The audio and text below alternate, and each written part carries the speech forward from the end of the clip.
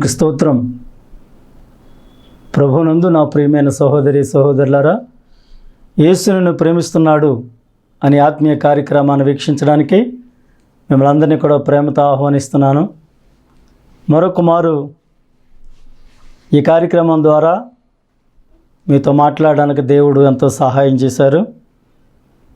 ఆయన నామానికే మహిమ కలుగును గాక. అంతా బాగున్నారు కదండి? మీ కొరకు మేము అనుదినం ప్రార్థన చేస్తున్నాం. ఎందరైతే కార్యక్రమాన్ని వీక్షిస్తున్నారో వారందరూ కూడా ఆత్మీయంగాను ఆర్థికంగాను ఆశీర్వదించబడాలని మేము మా అనుదిన ప్రార్థనలో జ్ఞాపకం ఉంచుకుంటున్నాం. ఎందుకంటే మా అతిశయము, మా ఆనందము, మా కిరీటము మీరే. మీ గురించి ప్రార్థన చేస్తున్నప్పుడు కలిగేటువంటి సంతృప్తి, ఆనందం ఎంత వ్యక్తిగతంగా మేము అనుభవిస్తూ ఉన్నాం. దాన్ని బట్టి మేము దేవునిని స్తుతించకుండా ఉండలేకపోతున్నాం. వాక్యంలోనికి వెళదాం. చిన్న ప్రార్థన చేసుకున్న వాక్యాన్ని మనం విందాం. ప్రేమ స్వరూపి అయిన మా తండ్రి, నీకు వందనాలు స్తోత్రాలు చెల్లిస్తున్నాం. నీ ప్రియకుమారుడైన యేసుక్రీస్తు ప్రభువారి ద్వారా మమ్మల్ని రక్షించి నీ బిడ్డలుగా మమ్మల్ని చేర్చుకున్నందుకు వందనాలు తండ్రి. మీ ఆశీర్వాదము, మీ దీవెన మెండుగా మేము మీదకు దిగిరానివ్వండి. నీ వాక్యాన్ని మేము ధ్యానించబోతూ ఉండగా నీ వాక్యం ద్వారా మాతో మాట్లాడండి. నీ మాటే కదా ప్రభువా మాకు ఆధారం, మా ప్రాణాలకు నెమ్మది, మమ్మల్ని బ్రతికించేది. జుంట తేనె దారుల కన్నా మధురమైనటువంటి నీ మాటలు నాయనా మేము వినగలిగినట్లు, నేర్చుకోగలిగినట్లు సహాయం చేయండి. యేసు నామమున అడుగుచున్నాను తండ్రి, ఆమేన్. ప్రభునందు ప్రియులారా, మరొకసారి మన ప్రభువును రక్షకుడిని యేసు నామములో మీ అందరికీ కూడా నా ప్రత్యేకమైన వందనాలు తెలియజేస్తున్నాను. అపోస్తులుడైనటువంటి పౌలు గలతీయులకు ఈ పత్రికను రాస్తూ 2వ అధ్యాయము 20వ వచనంలో ఈ మాటను తెలియజేస్తున్నాడు. నేను క్రీస్తుతో కూడా సిలువ వేయబడి ఉన్నాను. ఇకను జీవించువాడును నేను కాను, క్రీస్తే నా యందు జీవించుచున్నాడు. నేను ఇప్పుడు శరీరమందు జీవించుచున్న జీవితము నన్ను ప్రేమించి నా కొరకు తన్ను తాను అప్పగించుకున్న దేవుని కుమారుని యందు విశ్వాసము వలన జీవించుచున్నాను అంటున్నాడు.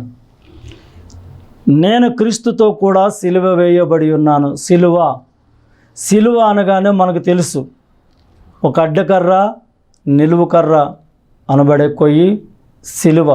రోమన్లు వారు యూదులను పరిపాలించేటప్పుడు వారు బందిపోటు దొంగలను, అంటే హత్య చేసి దోచుకునేటువంటి బందిపోటు దొంగలకు సిలువ మరణాన్ని వారు విధించేవారు. ఆ శిక్షను అమలు చేసేవారు. యేసుక్రీస్తు ప్రభువారు కూడా అదే రకమైనటువంటి శిక్షకు పాత్రుడిగా ఎంచబడ్డాడు.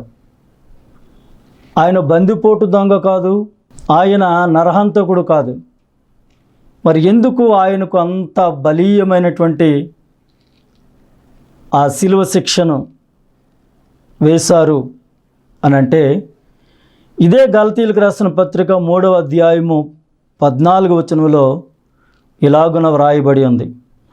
మ్రాను మీద వ్రేలాడు ప్రతివాడును శాపగ్రస్తుడని వ్రాయబడి ఉంది. ద్వితీయోపదేశకాండము 21వ అధ్యాయము 22వ వచనంలో ఈ మాట రాయబడి ఉంది. మ్రాను మీద వ్రేలాడిన ప్రతివాడు శాపగ్రస్తుడు. మరి యేసు శాపగ్రస్తుడా? కానే కాదు. మన పాపముల నిమిత్తము, మన శాపముల నిమిత్తము ఆయన మ్రాను మీద వ్రేలాడదీయబడ్డాడు. ఆయన పర్ణశాలల్లో నివాసం ఉండడానికో లేక పల్లకిల్లో మోయించుకోవడానికో, ఆయన ఉయ్యాలలో ఊగించుకోవడానికి ఆయన లోకంలోనికి రాలా. యేసు క్రీస్తు ప్రభువారు నరుడుగా ఈ లోకంలో పుట్టడానికి గల కారణం ఏంటంటే, సిలువ మరణమును పొందడానికి, సిలువ చేత జయించడంతో మనలను ఊరేగించి ఆయన నామ మహిమార్థమే దేవుని బిడ్డలుగా మనల్ని మార్చడానికి ఆయన సిలువ మరణాన్ని పొందడానికి లోకంలోనికి వచ్చాడు. యేసుక్రీస్తు ప్రభువారిని సిలువకు కొట్టిన ఆ సిలువను మనం తలుచుకున్నప్పుడు భారమైనటువంటి సిలువ అది. 3 దినాలు ఆయనను పరీక్షించి శోధించి ఆయనకు అన్యాయంగా తీర్పు తీర్చి ఏ నేరము రుజువు కానప్పటికీ కూడా యూదులందరూ కలిసి ఏకంగా సిలువ వేయుడి సిలువ వేయుడి సిలువ వేయుడు అని చెప్పి సిలువ వేసి ఆయనను చంపాలి అనేటువంటి గురి కలిగి ఉన్నారు. ఎందుకంటే ఆ సంవత్సరం ప్రధాన యాజకుడు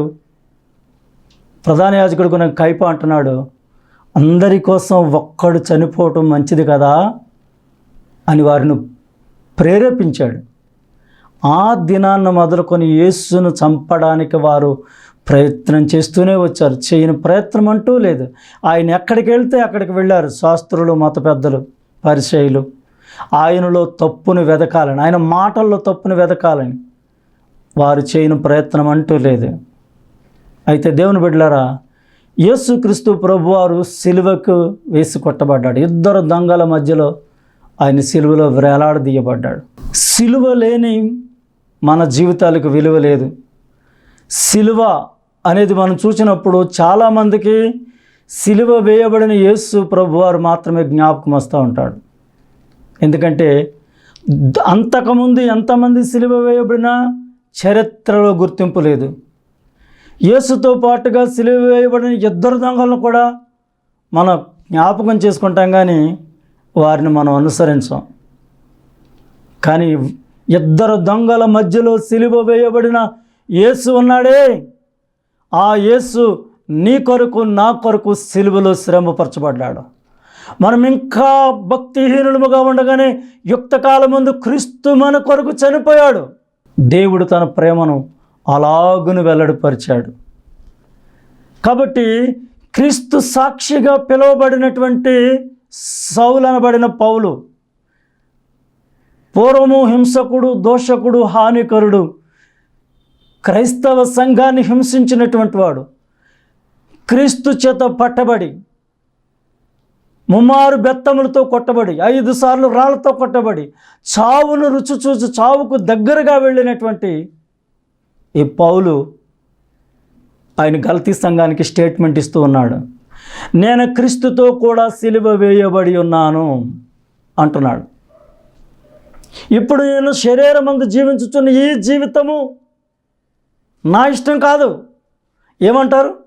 నా జీవితం నా ఇష్టం. నువ్వెవడు చెప్పడానికి, వాడెవడు చెప్పడానికి అంటారు.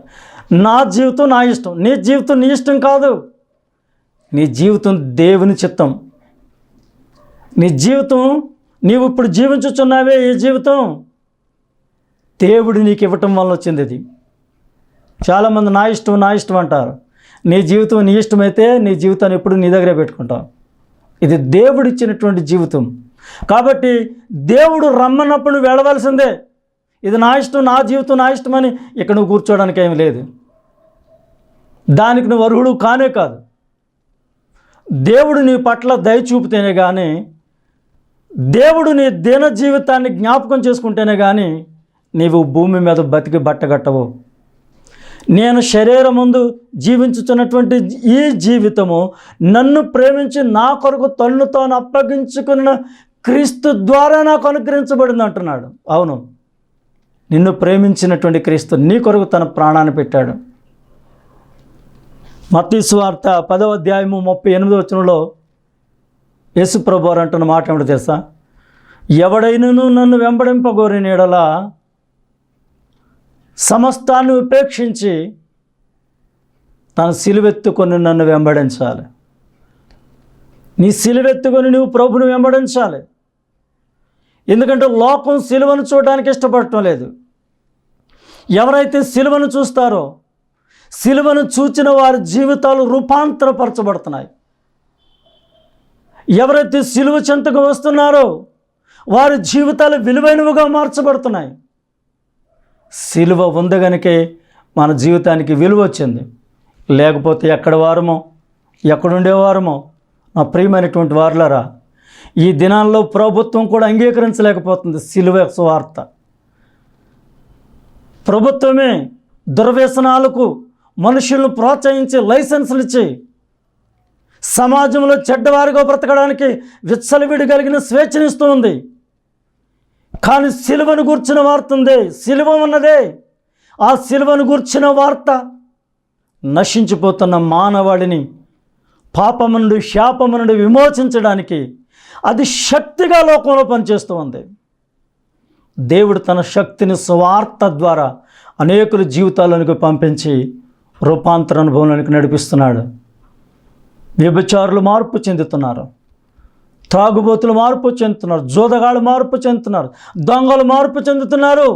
పరిశుద్ధమైన జీవితాన్ని వారు జీవించడానికి సిలువ ఎంతగానో ఉపయోగపడుతూ ఉంది.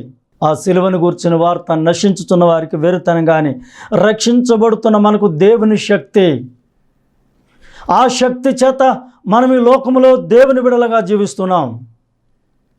యోహాను పత్రికలో అంటాడు, మొదటి పత్రికలో, మీ విశ్వాసము లోకమును జయించిన విజయము. మీ విశ్వాసమే లోకాన్ని జయించిన విజయం. లోకాన్ని జయించడానికి విశ్వాసం నీకు ఇవ్వబడింది. ఆ విశ్వాసము సిలువ దగ్గరకు వచ్చిన నాటి నుండి నీలో నాటబడి అది దినదినము కూడా విస్తరించి వృద్ధిలోనికి వచ్చి ఆ విశ్వాసము నువ్వు లోకాన్ని జయించగలిగేటట్లుగా చేస్తుంది. నా ప్రియమైనటువంటి దేవుని బిడ్డలారా, నీవు సిలువెత్తుకొని ప్రభువును వెంబడించవలసినటువంటి వారుగా ఉన్నావు అని చెప్పి దేవుని యొక్క వాక్యం తెలియచేస్తుంది. ప్రభువును వెంబడించాలంటే సమస్తాన్ని ఉపేక్షించుకొని వెనుకున్నవి మరిచి ముందున్న వాటిగా వేగురు పడుతూ ఈ లోకమును పెంటతో సమానంగా ఎంచుకొని ముందుకు వెళ్ళవలసిన వ్యక్తిగా ఉన్నావు. ఏమీ లేదు ఈ లోకంలో, వస్తాయేం తేలేదు, పోతాయేమీ తీసుకునేవాళ్ళు. ఎంత గొప్ప ఆస్తిపరుడైనా, ఎంత గొప్ప స్థితి కలిగిన వాడైనా ఒట్టి ఊపిరి కన్నలకనగా ఉన్నాడు. అల్పమైన వారమే, స్వల్ప జీవితమే మనది. గడ్డి పువ్వు లాంటిదే, ఉదయం వికసిస్తుంది, సాయంకాలం వాడిపోతుంది. స్థిరత్వం కలిగిన వారం కాదు. నిలువరమైన పట్టణం మనకెక్కడ లేదు. మన పౌరత్వం పరలోకంలో ఉంది. సిలువెత్తుకుని నీవు ప్రభువును వెంబడిస్తున్నప్పుడు దేవుని బిడ్డ, నీ పౌరత్వము పరలోకంలో ఉన్నది కనుక అక్కడ నీవు రాజ్యాన్ని స్వతంత్రించుకోవడానికి దేవుని ఆత్మచేత నువ్వు నడిపించబడతా ఉంటావు. సిలువెత్తుకున్నటువంటి వాడు ఏం చేయాలో తెలుసా? హెబ్రీయులకు రాసిన పత్రిక 12వ అధ్యాయం 2వ వచనంలోంచి ఇలాగున తెలుపుతున్నాడు అపోస్తలుడైన పౌలు. అంటాడు కదా, సులువుగా చిక్కులు పెట్టు పాపమును విడిచిపెట్టి విశ్వాసమునకు కర్తయు దాన్ని కొనసాగించువాడు నేను యేసు వైపుకు చూచుచు మన ఎదుట ఉంచబడిన పందెములు ఓపికతో పరిగెత్తుదుము. ఆయన తన ఎదుట ఉంచబడిన ఆనందము కొరకై అవమానము నిర్లక్ష్యపెట్టి సిలువను సహించి దేవుని సింహాసనం యొక్క కుడిపార్శ్వమున ఆసీనుడై ఉన్నాడు. ఆ సిలువను సహించేటువంటి వారుగా ఉన్న మీరు కూడా, మీరు అలసట పడకయు మీ ప్రాణములు విసుగకయు ఉండినట్లు పాపాత్ములు తనకు వ్యతిరేకముగా చేసిన తిరస్కారమంతా ఓర్చుకుని ఆయనను తలంచుకోవాలి, యేసును తలంచుకోవాలి. దేవుని బిడ్డలారా, ఎందుకంటే మీరు పాపంతో పోరాడుటలో రక్తము కారినంతగా ఎక్కువని మీరు ఎదిరింపలేదు అంటున్నాడు. మీ ప్రాణాలను విసుగనివ్వక, మీరు అలసట చెందక, పాపాత్ములు తనకు వ్యతిరేకంగా చేసిన తిరస్కారం అంతా ఓర్చుకున్న ఆ యేసుని మీరు జ్ఞాపకం చేసుకోవాలి. ఎందుకంటే ఆయన సిలువను సహించాడు, అవమానాన్ని నిర్లక్ష్యపెట్టాడు. సిలువను నువ్వు సహిస్తూ నీ సిలువెత్తుకొని నువ్వు ప్రభువును వెంబడిస్తున్నప్పుడు లోకం మిమ్మల్ని ద్వేషిస్తుంది. అప్పుడు మీరు ఆశ్చర్యపోకండి, ఎందుకంటే మీకన్నా ముందుగా లోకం నన్ను ద్వేషించింది అని ప్రభు అంటున్నాడు. నా ప్రియమైన దేవుని బిడ్డలారా, నీవు సిలువెత్తుకుని ప్రభువుని వెంబడించాలి. అపోస్తలుడైన పౌలు అంటున్నాడు, నేను క్రీస్తుతో కూడా సిలువేయబడి ఉన్నాను, ఇక జీవించువాడని నేను కాను. ఎలాగట? సిలువను మోసేవాడు ఏం చేయాలంటే, గల్తీలకు రాసిన పత్రిక 5వ అధ్యాయము 24వ వచనంలో ఇలాగున రాయబడి ఉంది, క్రీస్తు యేసు సంబంధులు శరీరమును దాని ఇచ్చలతోనూ దురాశలతోనూ సిలువ వేసి ఉన్నారు. శరీరేచ్ఛలకు సిలువ వేయుట, శరీర కార్యములు నెరవేర్చడానికి నీవు లోక సంబంధివి కాదు. ఈ లోకములోంచి ప్రత్యేకించబడినటువంటి దేవుని యొక్క బిడ్డవు. క్రీస్తు నీ కొరకు తన ప్రాణాన్ని అర్పించడం ద్వారా దేవుని సొత్తుగా నీవు కొనబడినటువంటి వ్యక్తివి. మీరు విలువ పెట్టి కొనబడ్డారు. మీరు మీ సొత్తు కారు, మీరు దేవుని యొక్క సొత్తు ఉన్నారు. కాబట్టి క్రీస్తు యేసు యొక్క సంబంధులు శరీరమును దాని ఇచ్చలతో కూడా సిలువేశారు. ఈ శరీరము ఏం చేస్తుందంటే సుఖాన్ని కోరుతుంది, ప్రభువుని వెంబడించనివ్వదు, లోకాన్ని ఇష్టపడుతుంది. ఎందుకంటే లోకానికి ఆకర్షితురాలు అవుతుంది. లోకము దుష్టుడి స్వాధీనంలో ఉంది.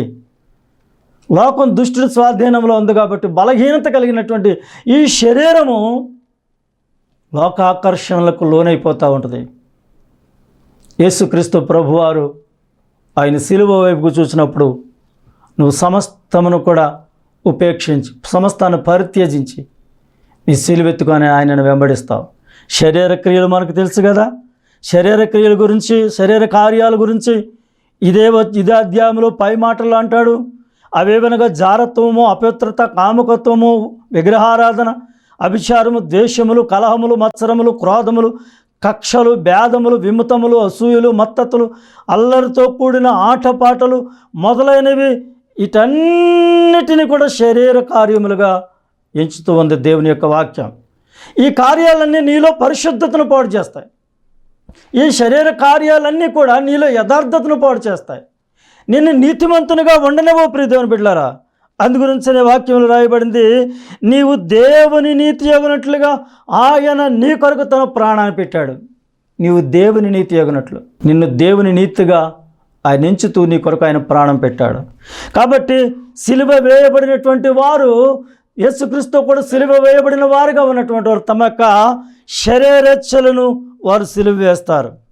6వ అధ్యాయము గలతీయులకు రాసిన పత్రిక 6వ అధ్యాయము 14వ వచనంలో మనం చూసినట్లయితే, మన ప్రభు అయిన యేసుక్రీస్తు సిలువ యందు తప్ప మరి దేని యందు అతిశయించుట నాకు దూరమవునుగాక. దానివలన నాకు లోకమునకు నేనును సిలువ వేయబడి ఉన్నాము అంటున్నాడు.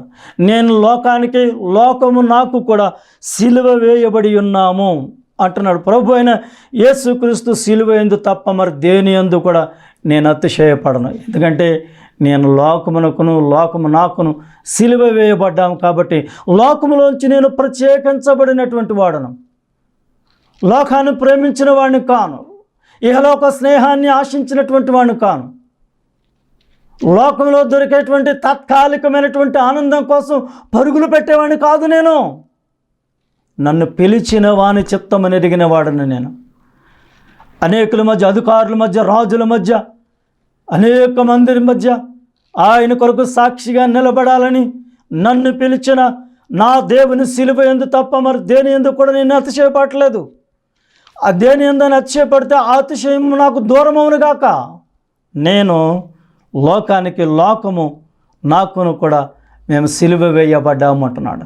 నేను క్రీస్తుతో కూడా సిలువ వేయబడ్డాను అని చెప్తూ అంటున్నాడు, శరీరమును, నా శరీరెచ్చలను ఆయనతో పాటు సిలువ వేశాను. అంతేకాకుండా లోకానికి నాకు లోకము సిలువ వేయబడ్డాము అని అంటున్నాడు.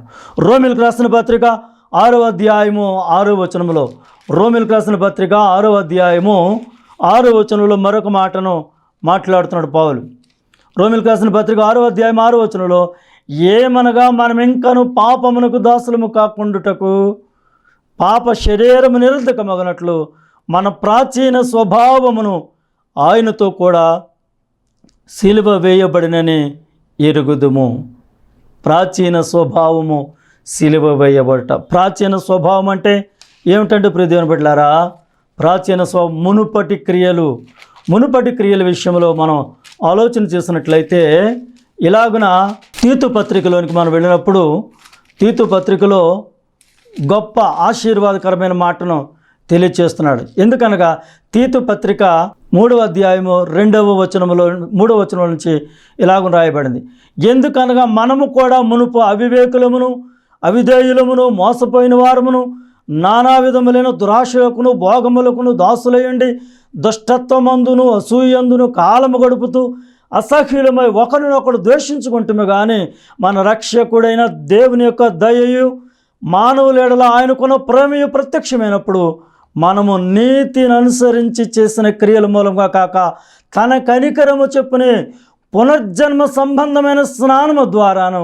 పరిశుద్ధాత్మ మనకు నూతన స్వభావము కలుగు చేయటం ద్వారాను మనలను రక్షించను. పాత స్వభావము సిలువ వేయబడిన, ప్రాచీన స్వభావము సిలువ వేయబడినప్పుడు నూతన స్వభావము మనలో కలుగుతుంది. అది పరిశుద్ధాత్మ ద్వారా మనకు అనుగ్రహించబడుతుంది. పునర్జన్మ సంబంధ స్నానము ద్వారా పరిశుద్ధాత్మ మనకు నూతన స్వభావము అనుగ్రహిస్తున్నాడు. పునర్జన్మ సంబంధ స్నానం అనగా బాప్తిస్మము ద్వారా మనలను పవిత్రపరిచి పరిశుద్ధాత్మ దేవుడు మనకు నూతన స్వభావాన్ని అనుగ్రహిస్తున్నాడు. మునుపు మనము చెడిపోయిన వారుగా, అసహ్యులముగా, అసూయతో కాలం గడుపుతున్నప్పుడు దేవుడు మనలను జ్ఞాపకం చేసుకొని ఆయన బిడ్డలముగా మనం ఉండాలని మన పాపములన్నిటిని కూడా ఆయన పరిహరించినటువంటి రీతిగా మనం చూస్తూ ఉన్నాము ప్రియ దేవుని బిడ్డలారా. కాబట్టి ఇక్కడ సిలువ వేయబడినటువంటి యేసును మనము వెంబడించాలి అంటే మనము కూడా సిలువ వేయబడాలి. నేను క్రీస్తుతో కూడా సిలువ వేయబడి ఉన్నాను అంటున్నాడు. సిలువ వేయబట్టకు గల కారణం ఏంటంటే మన పాపములు, మన శాపములు, మన దోషములు, మన అపరాధములు ఇవే క్రీస్తుని సిలువకు అప్పగించాయి. ఆయన సిలువ మరణము పొంది ఉన్నాడు. కాబట్టి ఆయన పొందినటువంటి సిలువ మరణము మనలో పునరుజ్జీవాన్ని అనుగ్రహించింది. ఒక భక్తురాలు చెప్పిన మాట నేను విన్నాను. పశ్చాత్తాపము ఉజ్జీవాన్ని పుట్టిస్తుందట. పశ్చాత్తాపం అనేది నీ బ్రతుకులో ఉజ్జీవాన్ని పుట్టిస్తుంది. పశ్చాత్తాపం ఎలా కలుగుతుంది అని ఆలోచించినట్లయితే సిలువ చెంతకు వచ్చినప్పుడు పశ్చాత్తాపం కలుగుతుంది. సిలువను చూడనంతసేపు నీలో పశ్చాత్తాపం కలగదు. సిలువ చెంతకు రానంతసేపు నీలో పశ్చాత్తాపం కలగదు.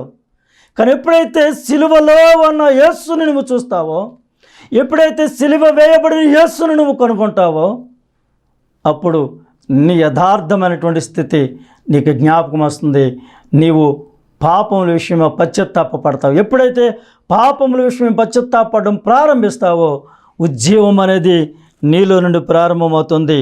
కాబట్టి నా ప్రియమైనటువంటి దేవుని బిడ్డ, సిలువను గూర్చిన వార్త నశించుచున్న వారికి వెర్రితనము, కానీ రక్షించబడుతున్న మనకు దేవుని శక్తిగా ఉంది. ఆ దేవుని శక్తిని పొందుకుని నీవు ఈ లోకంలో అయిన సాక్షిగా నిలబడతావు. ఆ సిలువ శక్తిని పొందుకుని నీవు దేవుని కొరకు నిలబడతావు. ఆ సిలువ శక్తిని పొందుకొని అవసరమైతే దేవుని కొరకు ప్రాణం పెట్టడానికైనా నువ్వు సిద్ధంగా ఉంటావు. ఈ మాటలు వింటున్న నా ప్రియమైన దేవుని బిడ్డ, సిలువ శక్తిని ఎరుగు. సిలువ మోయడానికి నిరంతరము నువ్వు సిద్ధపాటు చేసుకో. ఎందుకంటే సిలువ వేయబడినటువంటి నజరేయుడని యేసు, ఆయన యూదులకు రాజు అని సిలువ పైన పిలాతు ఆ బోర్డుని తగిలించాడు, పేరును రాయించి అక్కడ తగిలించాడు సిలువ పైన, యూదుల రాజు అని. ఆయన యూదులకు రాజుగా ఆ రోజున ప్రాణం పెట్టాడు. సర్వలోక రక్షకుడిగా ఆయన మరణాన్ని జయించి తిరిగి లేచాడు. సిలువ వేయబడినటువంటి యేసుని నువ్వు గుర్తెరిగినట్లయితే దేవుని బిడ్డలారా, ఆ సిలువలో నుండి నీకు విజయం కలగటం ప్రారంభమవుతుంది. ఫిలిప్పీ పత్రికలు అంటాడు కదా, అనేకులు 3వ అధ్యాయం 18 అనేకులు క్రీస్తు సిలువకు శత్రువులుగా నడుచుకుంటున్నారట. అనేకులు క్రీస్తు సిలువకు శత్రువులుగా నడుచుకుంటున్నారు. క్రీస్తు సిలువ వేయబడలేదని కొంతమంది, క్రీస్తు కాశ్మీర్కి వచ్చి వెళ్ళాడని కొంతమంది, క్రీస్తు స్థానంలో ఎవరో చనిపోయారని కొంతమంది, అసలు క్రీస్తు ప్రభువారు సిలువే వేయబడలేదు, ఆయన దేవుని చెంతకు ఎత్తబడ్డాడు అని కొంతమంది. కానీ పౌలు భక్తుడు ఏమంటాడు తెలుసా? ఆయన కృపను నేను నిరర్ధకం చేయను, నేను ఇప్పుడు జీవించుచున్న ఈ జీవితము అని చెప్పి ఈ జీవితాన్ని గురించి మాట్లాడుతున్నాడు. ఇప్పుడు నేను జీవించుచున్న ఈ జీవితము క్రీస్తు నన్ను ప్రేమించి నా కొరకు ప్రాణం పెట్టడం వలన, తనను తాను అప్పగించుకోవడం వలన విశ్వాసం ద్వారా నేను జీవిస్తున్నాను. కాబట్టి ఈ కృపను నేను నిరర్ధకం చేయను అని అంటున్నాడు. జీవించేది నేను కాదు, నా యందు క్రీస్తు జీవిస్తున్నాడు. క్రీస్తులోనికి బాప్తిస్మం పొందిన ప్రియ దేవుని బిడ్డ, నీలో ఎవరు జీవిస్తున్నారు? క్రీస్తులోనికి బాప్తిస్మము పొందినటువంటి మీరందరూ క్రీస్తును ధరించుకున్నారంటున్నారు. గలతీయులకు రాసిన పత్రిక 3వ అధ్యాయం 27వ వచనంలో చూసినట్లయితే, క్రీస్తులోనికి బాప్తిస్మం పొందిన మీరందరూ క్రీస్తుని ధరించుకొని ఉన్నారు. మీరు క్రీస్తు సంబంధులు అంటున్నాడు. క్రీస్తుని ధరించుకున్న నీవు క్రీస్తుతో కూడా సిలువ వేయబడ్డావా? ఆయనతో సిలువ వేయబడాలి, ఆయనతో పాతి పెట్టబడాలి, ఆయనతో లేపబడాలి. క్రీస్తును అంగీకరించినటువంటి వాడు క్రీస్తుతో కూడా సిలువ వేయబడిన వాడుగా ఉంటాడు. క్రీస్తును అంగీకరించిన వాడు క్రీస్తుతో కూడా పాతి పెట్టబడినటువంటి వాడుగా ఉంటాడు. క్రీస్తునందు విశ్వాసం ఉంచినటువంటి వాడు క్రీస్తుతో కూడా లేపబడిన వాడుగా ఉంటాడు. నా ప్రియ దేవుని బిడ్డ, నీవు క్రీస్తుతో కూడా సిలువ వేయబడిన వ్యక్తిగా ఉన్నావా? లేక ఇంకాను నీ చిత్తాన్ని నెరవేర్చుకుంటూనే ఉన్నావా? నా ఇష్టం, నా ఇష్టం, నా జీవితం, నా ఇష్టం అనుకుంటూ నీవు కాలాన్ని గడుపుతున్నావేమో. నీవు జీవించుచున్న జీవితము క్రీస్తు నీకు తన్ను తాను అప్పగించుకోవడం వల్ల అనుగ్రహించబడింది. ఆ విషయాన్ని గుర్తించు. క్రీస్తుని వెంబడించాలి అనంటే శరీరేచ్ఛలను సిలువ వేయాలి. క్రీస్తుని వెంబడించాలంటే లోకంలోకి నీవు లోకానికి సిలువ వేయబడాలి. నువ్వు క్రీస్తుని వెంబడించాలి అనంటే నీ ప్రాచీన స్వభావము క్రీస్తుతో కూడా సిలువ వేయబడాలి. తద్వారా పునర్జన్మ సంబంధ స్నానము ద్వారా పరిశుద్ధాత్మ దేవుడు నీకు నూతన నవీన స్వభావాన్ని నీకు ఇస్తాడు. ఆ నవీన స్వభావము క్రీస్తు యేసు స్వరూప్యములోనికి నిన్ను మారుస్తూ ఉంది. అంతేకాకుండా సిలువెత్తుకొని ఆయనను వెంబడించాలి. ఆయనను వెంబడించే వ్యక్తిగా నువ్వు ఉన్నప్పుడు సిలువ ద్వారా గొప్ప విజయాన్ని నువ్వు చూస్తావు. సిలువే నీ జీవితానికి విలువనిచ్చేది. విలువ లేకుండా జీవిస్తున్నావేమో, విలువ లేనటువంటి జీవితమును గడుపుతున్నావేమో. సిలువ యొద్దకు రా, నీ స్థితి మారుస్తాడు, నీ జీవితానికి విలువనిస్తాడు. యేసు రక్తము ప్రతి పాపము నుండి నిన్ను పవిత్రపరిచి గొప్ప జయ జీవితాన్ని నీకు ఇస్తుంది. పరలోక రాజ్యాన్ని స్వతంత్రించుకోగలిగే కృపను నీకు అనుగ్రహిస్తూ ఉంది.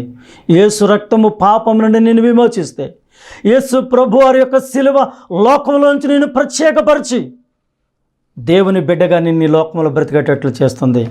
అలాంటి ఉత్తమమైన జీవితం నువ్వు కోరుకుంటున్నావా? దేవుడు నీకు ఇవ్వడానికి సిద్ధంగా ఉన్నాడు. అలాగైతే సమయంలో నాతో కలిసి ప్రార్థనలు ఏకీభవించు. ప్రేమగల మా తండ్రి, దయగల మా యేసయ్యా, నీకు వందనాలు, స్తోత్రాలు చెల్లిస్తున్నాము. సిలువ వేయబడిన క్రీస్తును మేము ప్రకటిస్తున్నామని పౌలు చెబుతూ, నేను క్రీస్తుతో కూడా సిలువ వేయబడి ఉన్నాను, జీవించేది నేను కాదు, ఈ క్రీస్తు నాయందు జీవిస్తున్నాడు. ఇప్పుడు శరీరం అందు నేను జీవించున్న ఈ జీవితం దేవుడు తన కుమారుని నా కొరకు అప్పగించుకోవటం ద్వారా కలిగిన విశ్వాసం ద్వారా జీవిస్తున్నాను అని, ఇదిగో ప్రభువా, సిలువను గూర్చినటువంటి నీ బలియాగము గూర్చినటువంటి మాటను తెలియచేస్తున్న పౌలును బట్టి నీకు వందనాలు. ఇదిగో శరీరేచ్ఛలతో సిలువేయబడాలి. లోకానికి నేను లోకానికి సిలువేయబడ్డామని, ప్రాచీన స్వభావం సిలువేయబడి నూతన స్వభావం కలిగిన వారుగా ఉన్నామని చెప్తున్నాడు. దేవా, ఇదిగో ప్రభువా, మమ్మల్ని దేవుని నీతిగా చేయడానికి మా కొరకు నువ్వు సిలువలో రక్తాన్ని కార్చి ప్రాణం పెట్టి మా కొరకు సమాధి చేయబడి మూడవ దినాన్ని తిరిగి లేచావు.